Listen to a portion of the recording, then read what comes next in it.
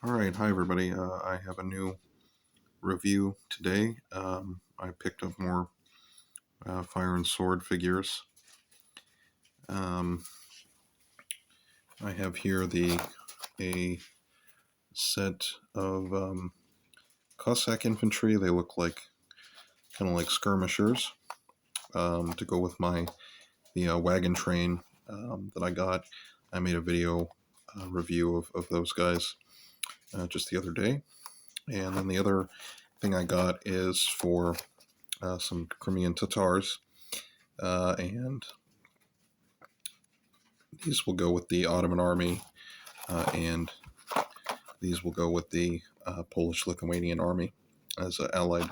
So both of these were allied kind of auxiliaries to both states. And I made some videos, I think last year. I went into some of the historical sources where, Ottomans kind of used Tatars as their proxy forces, and Poland and Lithuania used the Cossacks. So they were both kind of used in the armies. Okay, so I think we'll take a look at the Cossacks first, and we'll get those opened up, and then start looking at them. Okay, so get a fair number of figures, and we get the bases, of course. No banners with these guys, but that's okay. And we get, let's see, 4 bases. So 12 figures. Should be about 12 figures. We get several different poses. Got a guy, can't tell if he's supposed to be wounded or like just, I guess he's supposed to just be prone, which is interesting. More than quite a few. Actually, more than 12 figures because we have 6 bases. So 18 figures should be 3 figures per base. We got several poses. Got kneeling. Got another guy, another kind of kneeling pose. And these guys are armed with, sculpted with like full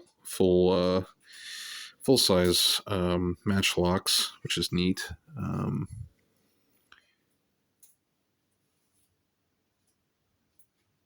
Although this guy appears to have like a slightly lighter kind of arquebus, but probably have, these guys look like supposed to be skirmishers, so probably you'd have like a mix of different weapons in the formation.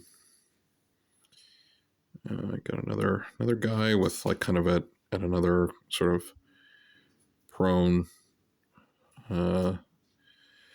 pose, which is neat. You don't see that too often of black powder period miniatures in these kind of different poses, but especially in certainly in Central Europe and kind of this steppe region between the Ottomans and Poland, Lithuania, you would have a lot more kind of open order type fighting among infantry, so not tight ranks. And these guys seem to be kind of more irregular style troops. I got another pose guy running. I was kind of having trouble deciding what to pick up today, but glad I got these. These guys will look good with the wagon train, I think. And I could, conceivably put them like in the middle of it or something as kind of the defenders. So nice. Nice and crisp. Although I just have to say that Kherson, what I've gotten from them so far, is a little more detailed in this scale, but it's 15 millimeter. It's not, it's not really that big of a deal. They're going to look good at 3 feet, no matter, even if they were a little sharper or not so sharp. So very nice. I think this unit will look good once I get it painted up. I do like these inserts and the fire and sword stuff. They get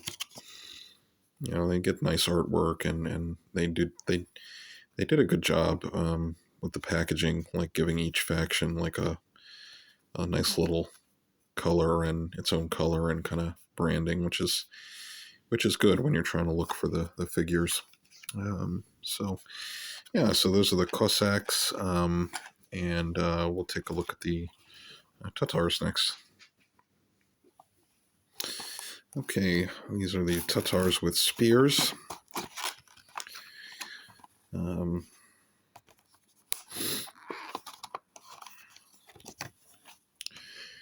Very nice.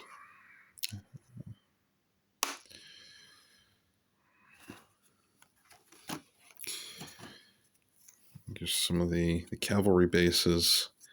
I do appreciate that for the fire and sword range, they picked a nice, like, sort of standard base size because, like I mentioned in the last review, this size you can get the same one from Litco in wood. It's like one of the main dimensions. I think this is like 30 by 40 millimeter. I'd have to check, but at any rate, it's a standardized size. So, like, if you buy these and then you have like a bunch, you need like one of the base other figures to the same standard. You can get the same exact size from Litco. It's just different material, which is good. I like that. Okay, got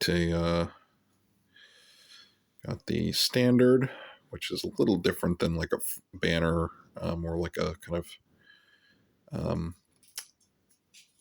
like a like Roman standard actually, or like a standard from antiquity where it's like an object instead of a flag. I've got one of the wire spears. I think these guys are probably meant to be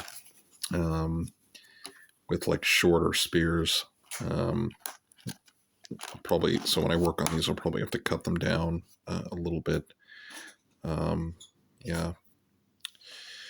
And if you're newer to the channel, don't let these spears get near like extensive moisture, or get wet, because they will rust, or rust will kind of grow on them. I had a problem with water when I was moving earlier this year, and anyway, so you get a bunch of the plastic horses. The one thing I hope that they do in the second edition Fire and Sword is maybe improve the horses if they can, because they tend to bend a little bit. But like I mentioned in the last video, I don't know how much you can really do with that, because if these were the like horse legs, I don't know what you can really do. But anyway, just a small minor kind of criticism. But more importantly, we've got the Tatars. Go ahead and get these all out. So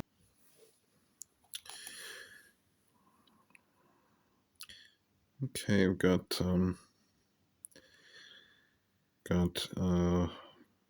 Tatar with his sword drawn.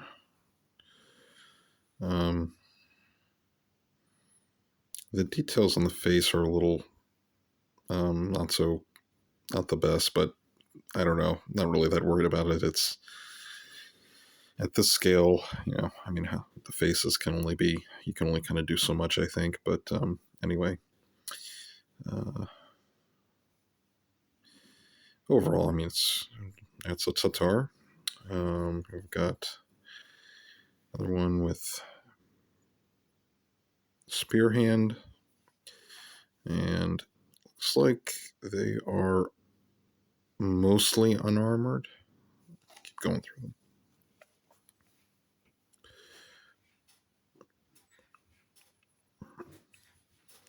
Got different headgears. Another one with spear hand.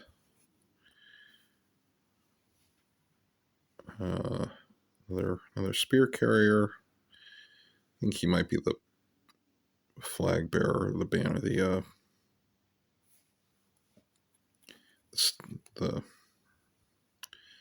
what's the word I'm looking for? The guy that carries the standard, yeah, the standard bearer. Yeah, nice looking sculpts, like most of the range. I do know from the Fire and Sword channel, they are switching to plastic for some of the figures. I think I remember in one they mentioned that the spears are going to be plastic. I think instead of this wire, or maybe they'll have some that are wire and some that are plastic. I'm not. Be interesting to see what they do with that for the second edition ranges. This looks like the commander, I think, with the chainmail, and looks like he's got like a van brace. Yep. So that's those are the figures. I think I've got. I'm slowly building up a nice pair of armies for this battle I'm trying to war game. I still need to do some more research on it. Look up the Polish sources. I have looked into the Ottoman sources for this Battle of Setsura. Yeah, I think it'll be interesting. I'm hoping to either do a convention game or some kind of something like that in the next year, and I think it'll be nice. So I've kind of think the status of the project. I've got most of the main forces either ready to paint or nearly done. I've got all of the Ottomans, basically all of the Ottomans painted. I still have a few more units to do with them. And then I have most of my Polish-Lithuanian component of the force done, although I do want to get some of the Khorasan Hussars to add in. And then now I have to do the kind of the attached units, the attached kind of divisions. So for the Ottomans, it would be Tatars and Transylvanians, and for the Poland, it would be Cossacks. So interesting multinational forces on both sides, and I think that'll make it look really interesting for a convention game to have that kind of mix of units. And probably doing a board for Setsura won't be that challenging because they were fighting on the steppes, so probably don't need to do a ton of that many terrain features, but I have to check some historic maps and stuff. So all right, yeah, this has run a little longer than I like, but I hope you enjoyed the video, and thank you for watching.